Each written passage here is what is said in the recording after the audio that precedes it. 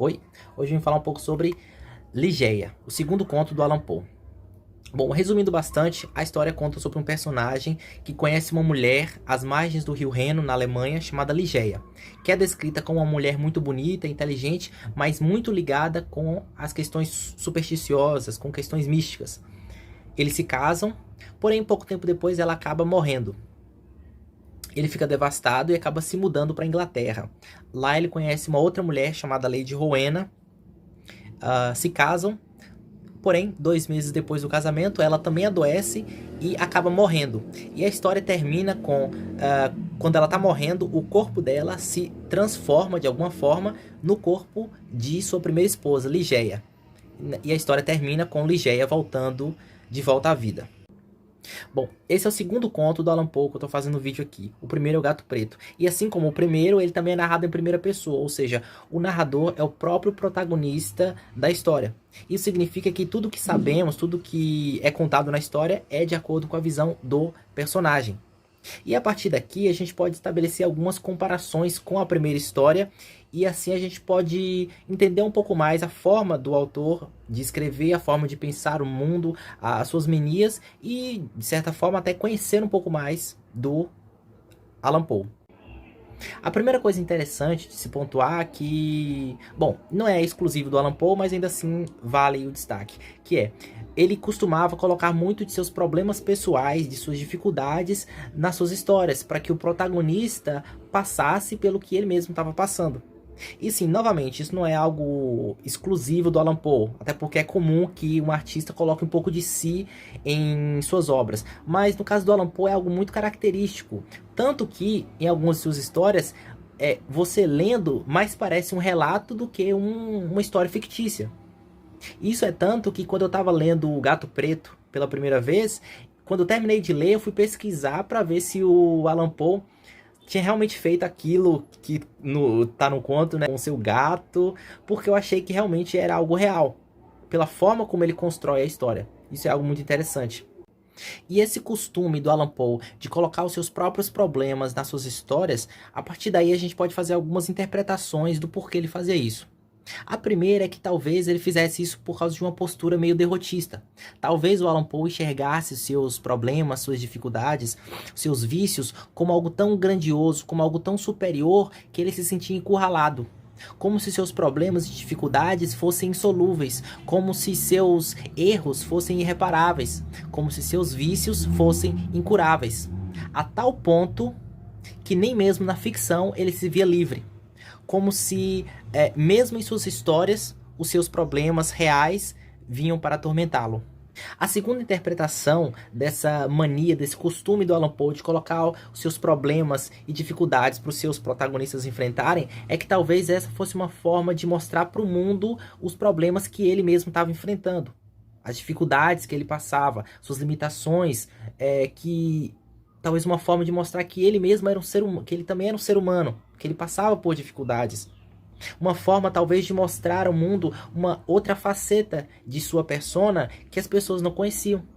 Porque assim, as pessoas viam Allan Poe como alguém viciado em bebidas, como alguém que gastava todo o seu dinheiro em apostas. As pessoas não viam seus traumas, suas dificuldades, suas perdas. Porque assim, todo esse reconhecimento que o Allan Poe tem hoje em dia como um dos maiores escritores da literatura mundial, tanto como contista quanto como poeta, isso veio tipo muito depois da sua morte, tipo décadas depois. Em vida ele não foi reconhecido.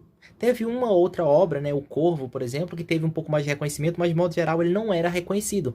Então talvez esse fosse o recurso que ele encontrou de mostrar para o mundo as dificuldades que ele mesmo estava passando, em forma do seu protagonista. E a terceira interpretação, a terceira reflexão que eu tiro do porquê do Allan Poe ter esse costume de colocar seus problemas, suas dificuldades, seus traumas, seus vícios em suas próprias histórias para os personagens enfrentar, é que talvez ele fizesse isso como uma forma de fuga ou de autocompensação. Talvez ele se sentisse tão sufocado no mundo real que buscasse abrigo em suas histórias. Talvez ele colocava aqueles problemas justamente para ver como seu personagem iria lidar com aquilo, como ele iria superá-lo, encontrar na ficção uma resposta para seus reais problemas. Era como se o Allan Poe estivesse fazendo uma pergunta para si mesmo.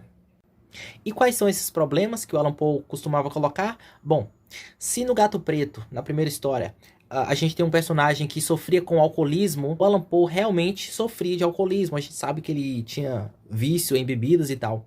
Já aqui em Ligeia, o personagem sofre não apenas com o vício em drogas, no caso ópio, como também com a perda de sua esposa.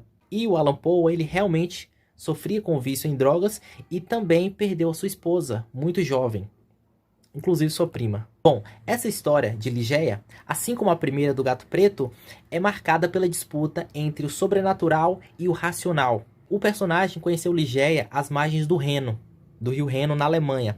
A Alemanha aqui, ela representa o velho continente, as tradições, o mundo gótico e as superstições, mitos e tudo envolvendo o mundo antigo. Já a Lady Rowena, sua segunda esposa, ele conheceu na Inglaterra. Ela representa aqui já o mundo racional, a frieza, o cálculo. Na primeira história do Gato Preto, a gente percebe a capacidade do Allan Poe em construir e manter um bom mistério e com elementos sobrenaturais e adicionando terror na medida certa. Já aqui no conto de Ligeia, a capacidade do Allan Poe que mais se destaca é a descrição, a capacidade de descrever tanto o personagem quanto o cenário. Tem uma parte da história que ele passa tipo uma página inteira só descrevendo Ligeia, a sua primeira esposa. E depois ele passa mais de um parágrafo só descrevendo os olhos de Ligeia. E aqui é um ponto interessante porque a gente percebe uma outra mania do Allan Poe. Conforme a gente vai lendo suas histórias, seus contos, a gente percebe que ele tem uma certa fixação pelos olhos. Na primeira história do Gato Preto, volta e meia ele mencionava os olhos do gato, lembrando uma maldição, etc. Ele fura o olho do gato e no final, na última cena, ele menciona o olho do gato como sendo olhos de fogo e tal. E aqui os olhos são muito mencionados. E vai ter uma história também mais pra frente em que os olhos vão ter uma importância especial na trama. Então essa é uma das fixações do Allan Poe, que é nos olhos dos personagens. O interessante também é que o personagem ele não se lembra nem quando nem como ele conheceu sua esposa Ligeia. Ele não se lembra nem do sobrenome dela. Porém, quando ele vai descrevê-la, ele faz nos mínimos detalhes, sem perder nenhum detalhe. Quando Ligeia morre e ele vai para a Inglaterra, ele se muda, ele passa a descrever o seu quarto com o mesmo nível de detalhamento que ele usou para sua esposa. Ele descreve o quarto da mesma forma, nos mínimos detalhes, que antes ele descrevia o corpo da sua esposa, o cabelo, os olhos e tal. É como se, de uma certa forma, ele visse nas características daquele quarto escuro e fantasmagórico a imagem de sua esposa. Como se os próprios móveis, a decoração, o estilo meio gótico, como se tudo aquilo naquele quarto representasse os resquícios de memória de sua amada. Era como se, através daquele quarto, Ligeia ainda vivesse. E o interessante de se mencionar também é que justamente aquele quarto escuro, fechado, fantasmagórico, gótico, abafado, justamente ele fora, pelo menos em parte, o responsável pela morte da sua segunda esposa, a Lady Rowena, pela falta de luz e ventilação, por ser um quarto muito escuro. E por fim, Lady Rowena morre e Ligeia volta à vida. E assim como na primeira história do Gato Preto, aqui em Ligeia existe uma disputa constante entre o sobrenatural e o racional. E a pergunta que fica pra gente é: qual deles é real? Mais do que isso, qual deles é real para o personagem? Uma vez que a história é narrada por ele, então tudo que sabemos pela ótica dele.